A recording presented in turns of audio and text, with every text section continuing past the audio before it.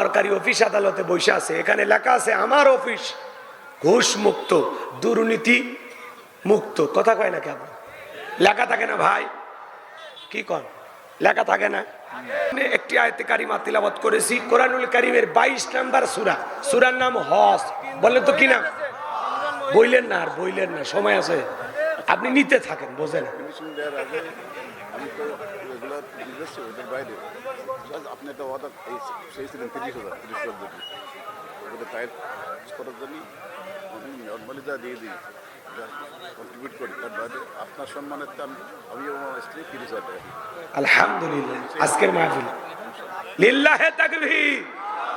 আজকের মাহফিলের শ্রদ্ধাভাজন সভাপতি বীর মুক্তিযোদ্ধা, জাতির শ্রেষ্ঠ সন্তান আলহাজ ডাক্তার আফম খলিলুর রহমান, উনি তো মাদ্রাসার সাথে লেগেই আছেন, বরাবর সুখে দুঃখে সবসময় পাশে থাকেন, অনেক দেন। তারপরে আজকের মাহফিলে সভাপতি, ওনার স্ত্রী এবং ওনার পক্ষ থেকে আজকের মাহফিলে 30,000 টাকা জোরে করেন মারহাবা, লিল্লাহে তাকবীর। আল্লাহ কবুল করেন, হায়াত বাড়া দেন, জিন্দিগির গুনাহগুলো মাফ করে দেন, তার পরিবারের উপর খাস রহমত বরকত নাজিল করেন, তাদের দাম্পত্য জীবনকে আল্লাহ হযরত আলী আর ফাতেমার মতো কবুল করেন, জোরে বলেন আমিন। তার প্রিয়তমা স্ত্রীকে আল্লাহ ফাতেমার উত্তরসূরি হিসেবে কবুল করেন, জোরে কোন আমিন। আমি কথা বলবো পবিত্র কুরআনুল কারীমের কত নাম্বার সূরা বললাম? 22। জোরে জোরে জোরে 22। সূরাটির নাম কি বললাম? হজ। মোট আয়াত আছে 78টি, রুকু আছে 10টি।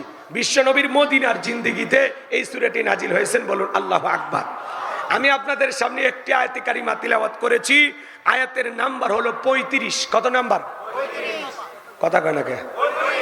এ যুবক, ডিসকভার গাড়ি আছে না 135, খালি 100 বাদ দাও, থাকে কি? কথা কি বোঝা গেল যুবক? ভালোই তো বোঝে নাকি? আয়াত নাম্বার কত? 35।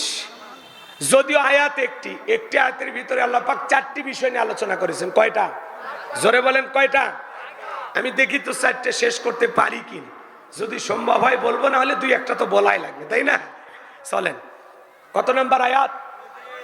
35। একটু জবান ছেড়ে সবাই আমার সাথে একটু মহাব্বতে পড়েন।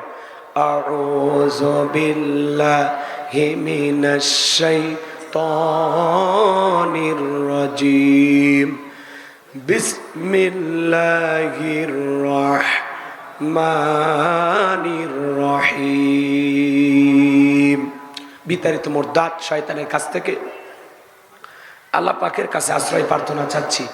পরম করুণাময় দয়ালু আল্লাহ তাআলা নামে শুরু করছি। গরম পানি চাইতে চাইতে জীবন শেষ হয়ে গেল। এমন জায়গায় আছি,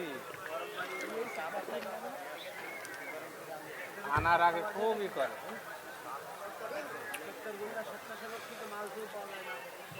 الذين إذا ذكر الله وجلت قلوبهم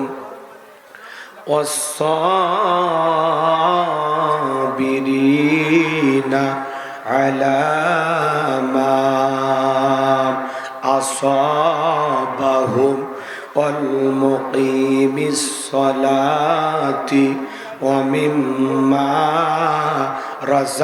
رزقناهم ينفقون।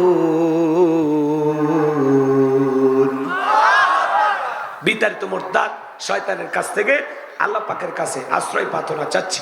পরম করুণাময় দয়ালু আল্লাহ তাআলার নামে শুরু করছি। সূরার নাম হজ, আয়াত নাম্বার 35। কোরআন থেকে যদি আলোচনা করি আপনাদের কোনো সমস্যা আছে? বলে তো বাজান, এই কোরআনের মধ্যে কোনো ভেজাল আছে? কোনো মিথ্যা আছে? কোনো ধোঁকা আছে? থাকবে কি করে? কিতাবটি নাজিল করেছেন কে? আল্লাহ রাব্বুল আলামিন বলেন, যালিকাল কিতাবু লা রাইবা ফি। এটি এমন একটি কিতাব, সেই কিতাবের মধ্যে কোনো সন্দেহ নাই, কোনো সংশয় নাই, কোনো মিথ্যা নাই, কোনো ধোঁকা নাই। There is no doubt. বলুন আল্লাহু আকবার। হুদাল লিল মুত্তাকিন, মুত্তাকি বান্দাদের জন্য গাইডলাইন হিসাবে, পথ প্রদর্শক হিসাবে আসমান থেকে কিতাবটি নাজিল করেছেন কে? সেই কিতাবের আলোচনা শুনে লাভ না লস? লাভটাকে আমার আল্লাহ জানায় দিলেন, ওয়া ইযা কুরিয়াল কুরআনু ফাসতামিউ লাহু ওয়া আনসিতু লাআল্লাকুম তুরহামুন। সূরা আরাফ আয়াত নাম্বার 204 আমার আল্লাহ রাব্বুল আলামিন জানায় দিলেন, তোমাদের সামনে যখন কোরআন পাঠ করা হয়, কোরআনের আলোচনা করা হয়, চুপ করে কান লাগিয়ে মনোযোগ সহকারে কোরআনের কথাগুলো শ্রবণ করো। যারা চুপচাপ কোরআনুল কারীমের কথাগুলো শ্রবণ করবে, আমার আল্লাহ রাব্বুল আলামিন আসমান থেকে তাদের উপরে আল্লাহ রহমত বৃষ্টির মতো নাজিল করবেন। বলুন সুবহানাল্লাহ। এই জায়গায় আল্লাহ রহমত নাজিল হইতেছে, এই বিশ্বাস আপনাদের দিলে আছে না নাই? সম্মানিত ভাইরা আমার, এদিক সেদিক যাবার কোনো সুযোগ নাই, ডাইরেক্ট আলোচনা। আল্লাহ তাআলা কি বলেন একটু মনোযোগ দিয়ে শুনবেন। আল্লাযীনা ইযা যুকিরাল্লাহু ওয়াজিলাত কুলুবুহুম, আল্লাহ তাআলা দিকে বলেন যারা আমার ঈমানদার বান্দা। জোরে বলেন কি বান্দা? আচ্ছা, আমরা সবাই ঈমানদার নাকি সন্দেহ আছে বলেন তো? তাহলে আজকের আলোচনা আপনাদের জন্য, যারা ঈমানদার তাদেরকে আল্লাহ ডেকে বলেন আল্লাযীনা ইযা যুকিরাল্লাহু ওয়াজিলাত কুলুবুহুম। আমার আল্লাহ ডেকে বলেন যারা ঈমানদার তাদের সামনে যখন আমি রবের নাম উচ্চারণ করা হয়, ভয়ে তাদের অন্তরাত্মা কেঁপে ওঠে। সুবহানাল্লাহ বলবেন না? ঈমানদারের অন্তরে যদি আল্লাহর ভয় থাকে আর তার সামনে যখন কার নাম? আল্লাহর নাম, রবের নাম উচ্চারণ করা হয়, রবের নামটা শোনার পর ঈমানদারের অন্তরটা রবের ভয়ে, আল্লাহর ভয়ে কেঁপে ওঠে। সুবহানাল্লাহ বলেন। ইন্নামাল মুমিনুনা আল্লাযীনা ইযা যুকিরাল্লাহু ওয়াজিলাত কুলুবুহুম। সূরা আনফালে আল্লাহ তাআলা জানায়া দিলেন, নিশ্চয়ই যারা আমার মুমিন বান্দা তাদের সামনে যখন আমি রবের নাম উচ্চারণ করা হয়, ভয়ে তাদের অন্তরাত্মা কেঁপে ওঠে। কার ভয়? আর জোরে বলেন কার ভয়? একটু মনোযোগ দিয়ে শুনেন। প্রথমের পয়েন্টটা হলো ভয়। কার ভয়? রবের ভয়। আল্লাহু আকবার বলেন। আল্লাযীনা ইযা যুকিরাল্লাহু ওয়াজিলাত কুলুবুহুম, যারা ঈমানদার তাদের সামনে যখন আমি রবের নাম উচ্চারণ করা হয়, ভয়ে তাদের অন্তরাত্মা কেঁপে ওঠে। যার অন্তরে আল্লাহর ভয় আছে, বলেন তো তারে কি পিটাইয়াও গুনাহ করানো সম্ভব? ভালো করে বুঝবেন, কথার পয়েন্টটা মনে রাখেন। আমি যে কথাটা আপনাকে উদ্দেশ্য করে বলতেছি, এমন ভাবে কথাটা উপস্থাপন করব আপনার দিলের ভিতরে যদি অন্তরের ভিতরে ভাইরাস আর মরিচা না থাকে, তাহলে বুঝবেন যে না, আমাকে এইভাবে চলা উচিত। কথা কি বুঝতে পারছেন? একটু মনোযোগ দেন। আমার আল্লাহ বলেন আল্লাযীনা ইযা যুকিরাল্লাহু ওয়াজিলাত কুলুবুহুম, যারা ঈমানদার তাদের সামনে যখন আমি রবের নাম উচ্চারণ করা হয়, ভয়ে তাদের অন্তরাত্মা কেঁপে ওঠে। কেমন ভয়? যার অন্তরে আল্লাহর ভয় আছে। ভালো করে বুঝবেন, গভীর মনোযোগ দিয়ে শুনবেন। ইয়া আইয়ুহাল্লাযীনা আমানুত্তাকুল্লাহ, হে ঈমানদারগণ আমি আল্লাহকে ভয় করো। হাক্কা তুকাতিহি, ভয় করার মতো ভয় করো। যার অন্তরে আল্লাহর ভয় আছে সে কোনোদিন সুদ খাইতে পারে না, ঘুষ খাইতে পারে না, জিনা করতে পারে না, মিথ্যা বলতে পারে না, গীবত করতে পারে না, অহংকার করতে পারে না, খাদ্যে ভেজাল দিতে পারে না, ওজনে কম দিতে পারে না, দুধে পানি মিশাইতে পারে না, জমিরাল ঠেলতে পারে না, গান শুনতে পারে না, অশ্লীল কথা বলতে পারে না, মা বাবাকে কষ্ট দিতে পারে না, বিবির হক নষ্ট করবে না, সন্তানদের সাথে খারাপ ব্যবহার করবে না, প্রতিবেশীর হক নষ্ট করবে না, আত্মীয় স্বজনের হক নষ্ট করবে না, রাষ্ট্রের হক নষ্ট করবে না, জনগণকে কষ্ট দেবে না।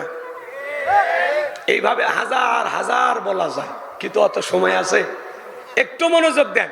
আল্লাযীনা ইযা যুকিরাল্লাহু ওয়াজিলাত কুলুবুহুম, যাদের অন্তরে আল্লাহর ভয় আছে, রবের নাম উচ্চারণ করার সঙ্গে সঙ্গে যাদের অন্তরে, এদিক খেয়াল করেন, রবের নাম উচ্চারণ করার সঙ্গে সঙ্গে যাদের অন্তরটা আল্লাহর ভয়ে কেঁপে ওঠে, এই মানুষগুলো কখনো গুনাহ করতে পারে?